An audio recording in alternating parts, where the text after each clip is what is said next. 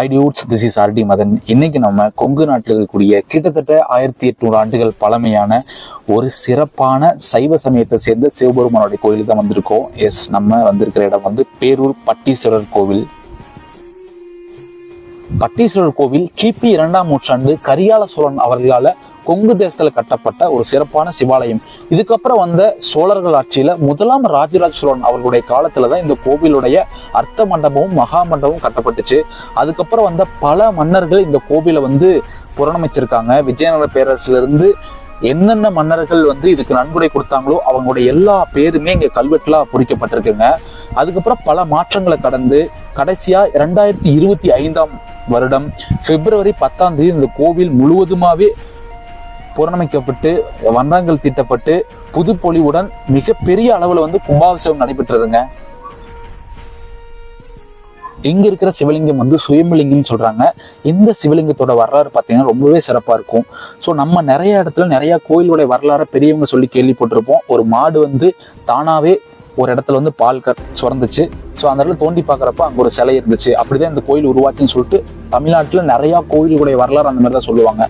அதுக்கெல்லாம் ஒரு மூல காரணம் பேரூர்ல இருக்கிற பட்டீஸ்வரர் கோவில் தாங்க. காமதேனு சிவபெருமான் நோக்கி கடுந்தவம் இருந்துட்டு இருக்கிறப்ப அந்த சிவலிங்கத்தை சுத்தி ஒரு புற்று வளருதுங்க. அப்ப காமதேனோட கன்றான பட்டி அங்க விளையாட்டுத்தனமா அதனுடைய கால் குழம்பு அந்த புற்றுல பட்டு அந்த புற்றை இடிச்சிருது. அப்ப அந்த குழம்பு சிவலிங்கத்துடைய மேல பட்டுருதுங்க. ஸோ அந்த டைம்ல காமதேனு சிவபெருமானுடைய கோபத்துக்கு ஆளாயிடக்கூடாதுன்னு சொல்லிட்டு மனமுருகி மன்னிப்பு கேட்டு வேண்டப்ப அங்க சிவபெருமான் காட்சி இருந்த இடம் தாங்க இங்க இருக்கிற பேரூர் பட்டீஸ்வரர். இங்க இருக்கிற கருவறைக்குள்ள போறப்பவே அதுக்கான படமும் இருக்குங்க. உள்ள இருக்கிற சிவலிங்கத்துடைய மேற்பகுதியில பட்டியோட கால் குழம்பு தடம் பதிந்த இடம் இப்பவும் அந்த சிவலிங்கத்தில் இருக்குங்க. அதனாலதான் இது பட்டி ஈஸ்வரர் அப்படின்னு சொல்றாங்க. இந்த கோவில் திருஞான சம்பந்தர், திருநாவுக்கரசர், சுந்தரர் இவர்களால் தேவாரம் பாடப்பட்ட தலம்ங்க. அதே மாதிரி அருணகிரிநாதர் எழுதிய திருப்புகழ்ல இந்த கோவிலை பத்தி சிறப்பா குறிப்பிட்டு எழுதியிருக்காங்க.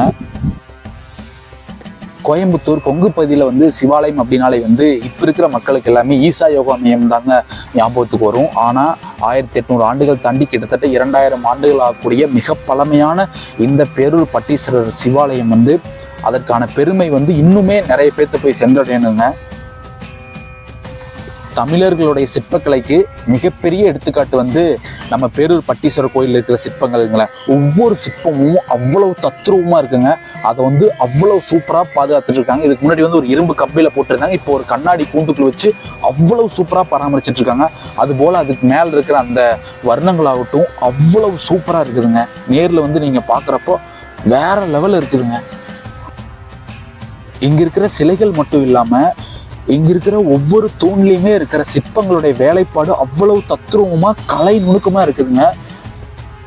மற்ற எல்லா சிவாலயங்களுமே நடராஜர் ஆடும் நிலையில தாங்க இருப்பாங்க. இங்க இருக்கிற நடராஜர் ஆடி முடியும் நிலையில் இருக்காருங்க. அது போக தங்கத்தாலான நடராஜர் சிலையுமே நம்ம பேரூர் பட்டீஸ்வரர் கோவில் இருக்குதுங்க. நம்ம கோவிலுடைய முக்கியமான சிறப்பான விழாக்கள்னு பார்த்தீங்கன்னா ஒவ்வொரு ஆண்டும் ஆடி மாசம் கிருத்திகை அன்னைக்கு நாட்டு நடும் திருவிழா சொல்லிட்டு தொடங்குறாங்க. அது வெகு விமர்சையா இருக்குங்க. அதே மாதிரி பங்குனி மாசம் தேர் திருவிழா நடைபெறுங்க. அந்த டைம்ல இந்த ஊரே ஒரு விழா கோலமா இருக்குங்க. இந்த கோவிலுடைய நடை திறந்திருக்கும் நேரம் பார்த்தீங்கன்னா காலையில 6 மணிலிருந்து மதியம் 1 மணி வரைக்குங்க. அதே மாதிரி மாலை 4 மணிலிருந்து இரவு 9 மணி வரைக்குங்க.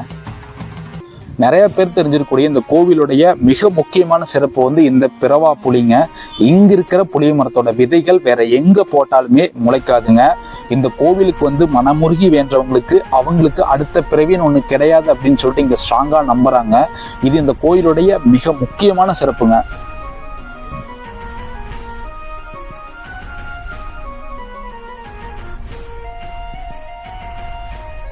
அதே மாதிரி இங்க இன்னொரு சிறப்பு இங்க இருக்கிற பனை மரங்க. இரவா பனைன்னு சொல்றாங்க. ஆதிசங்கரர் தன்னோட தாய்க்கு முக்தி வேண்டி இங்க பிரார்த்தனை பண்ணியிருக்காருங்க. அதனால இது இரவா பனைன்னு சொல்றாங்க. இங்க இருக்கிற பிறவா புலியும் இந்த இரவா பனையும் பேரூர் பட்டீஸ்வரரோட மிக முக்கியமான சிறப்புகள்ங்க. இவ்வளவு சிறப்புமிக்க இந்த கோவில் கோயம்புத்தூர்ல இருந்து ஒரு 7 கிலோமீட்டர் தூரம் தாங்க அமைஞ்சிருக்கு.